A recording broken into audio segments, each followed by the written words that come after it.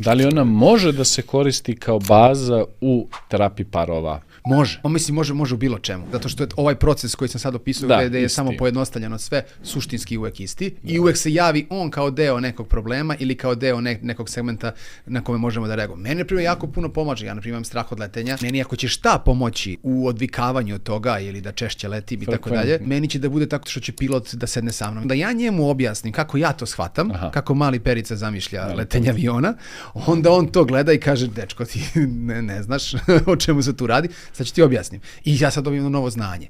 I onda kad sam ja u avionu, ono što meni malo tu nešto zasmeta ili mi stvori strah, ja u stvari počinjem da znam šta je. Naravno, ne moram da budem pilot da bi to znao. Da. I ne moram da uđem u te segmente. Tako isto hipohondrija, na primjer, se razvija kao problem iz neznanja.